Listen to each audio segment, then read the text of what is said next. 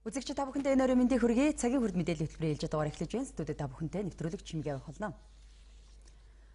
Даатгал гэдэг үгийг бид гинтийн осол аваар элдв хохирол тохиолдсны дараа л сандаг. Гэсэн ч альва эрсдлээс сэргийлж эд хөрөнгө амь насаа даатгуулах тун дургүй байдаг. Тэгвэл даатгалын салбар гэдэг зөвхөн тухайн хувь хүн иргэний эрсдлийг сэргийлээд зогсохгүй ямар ч улсад эдийн засгийн хөрөнгө оруулалтын маш чухал хэрэгсэл болдог байна.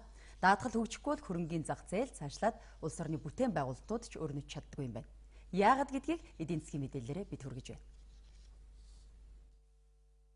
Хүний амьдралд янз бүрийн гинтийн эрсдэл тохиолддог. Тэгвэл даатгалыг энгийнээр тайлбарлавал та амьдралаа тохиолдох ялдва эрсдлийг урьдчилан хараад тооцоолоод үүндээ менежмент хийж хөрөнгө оруулалтаар эрсдлээс үүсэх санхүүгийн гар зохирлоо бууруулах аргыг ерөнхийд нь даатгал гэж нэрлэдэг. Өнөөдөр гинтийн ослоор 5 сая төгрөгийн эмчилгээний зардал гардаг байсан бол тийм ээ. Тэрийг бол жишээлбэл хуримтлаас өхөр байх үед л даатгалд бол жишээлх юм бол 60 мянган төгрөгөөр даатгалсан байхад тэр 5 сая төгрөгийг бол даатгалын компаниас ингээд төлөвлөлээд авчих жишээтэй ийм боломжууд бол байгаа. Он гарсаар эхэлсэн жолоочийн хариуцлагын албан даатгалж эхнээсээ өргөөж эхэлжээ. Жолооч нарын хувьд 33 мянгаар даатгуулад за хуулийнхаа дагуу дээдл нь бол 5 сая хүртэлх нөхөн төлбөр бол авах хэрэгтэй. Тийм. Тэгэхээр өнөөдрийн манай болж байгаа энэ зам тээврийн осол харьцангуй асар их байна л да. Ер нь бол бусад улс орнуудтай харьцуулах юм бол харьцангуй өндөр гэсэн ёр бол орохоор байгаа юм. Тэгэхээр үндсэндээ энэ тохиолдолд бол жолооч нарын хувьд бол ялангуяа зам тээврийн осол гаргаж байгаа хүмүүсийн хувьд бол 3 дахь этгээдийн хохирлыг тийм ээ. Тэрийг нь бол 33 мянгаар даатгуулад тэрний 5 сая нөхөн төлбөр гаргаж яана гэдэг бол энэ бол их том боломж олгочихж байгаа тийм талд. Эдгээр нь хувь хүмүүс даатгал хэрхэн өгөөжөө гэдгийн жишээ. Тэгвэл манай эдийн засагт даатгалын салбар өр өгөөжөө төгс хэлбэрээр өгч чадахгүй байгаад санхүүгийн шинжээчид шүүмжлэлтэй ханддаг юм а.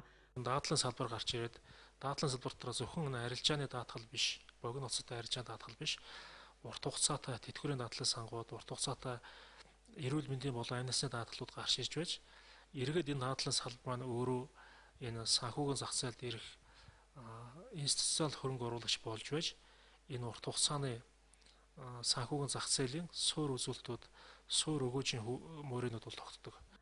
Хүмүүс даатгалд урт хугацааны хөрөнгө оруулалт хийдэг. Тэгвэл гадны улсуудад даатгалын компанийн уг мөнгийг өндөр өгөөжтэй хувьцаа болон засгийн газрын бондуудад санхүүжилт хийж өсгөдөг юм а.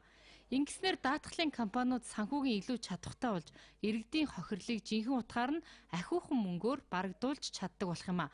Энэ нь эргээд иргэд даатгалд итгэх, даатгалын өргөөжийг ойлгож мэдэрдэг болох шалтгаан нь болдго юм а.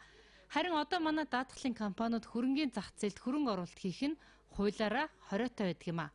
Даатгалын тухай хуулийн 27-гийн 1 зааснаар даатгалын компаниуд санхүүжил хорноос зөвшөөрөл авалгүйгээр хувьцаа хөдөлгөхийг оргилно гэсэн залттай. Хуулийн яг энэ заалт өнөөгийн даатгалын компаниуд иргэдээс цуглуулсан мөнгөө банкнд хадгалахад хүргэж байна. Инфляц гэрлийн урдаар нэмэгдэж байгаа энэ үед банкны хүү болон иргэдэд олгодог даатгалын хувь хэмжээний аль аль нь даатгалын компаниач өөд нь гаргадаггүй, нөгөө талаас иргэдийн сэтгэлд ч даатгал хүрдэхгүй байгаагийн шалтгаан нь болдго юм а. Тэгвэл хуулийн дээрх залтыг өөрчилж өгвөл манай засгийн газрын бондууд өнөөгийнх шиг 2-4 жилийн хугацаатай биш 10-аас 20 жилээр гардаг болно. Эндээс босгосон мөнгөөр барилга, зам, дэд бүтцээрийг урт хугацаанд хөрөнгө оруулалтаа нөхдөг дэд бүтцийн асуудлуудыг шийдэж улс орон хөгжих юм а. Тухайлбал одоо Монгол улс их шаардлагатай байгаа энэ валютын хэлбэлцлийг бууруулах, валютын ханшийн хэлбэлцлийг бууруулахад нөлөөтэй урт хугацааны хэлцлүүд forward swap хэлсүүд бол өөрөө эндээс үүсч гарч ирдэг. Тэгэхээр бол энэ манай санхүүгийн зах зээлийн үүсэж байгаа энэ хүндрэл зарим шийдэгдэх асуудлуудын гол их сурвалж нь өөрөөх нь даатгалын зах зээлийг хөгжүүлэх асуудалтай шууд уялдаад. Даатгалынхан мөнгө хөрөнгийн зах зээлд хөрөнгө оруулагч болдог болчихвол компаниуд ч хөрөнгийн зах зээлээс хөрөнгө оруулалтаа татчихна. Банкнаас зээл авах гэж зүдрэхээ болох боломжтой. Харин манай даатгалын салбар гэхээр зөвхөн нийгмийн даатгал тэтгэвэр гэсэн ойлголт байгаад байдгийг өөрчлөх цаг нь болсон гэдгийг албаны хүмүүс хэлж байна.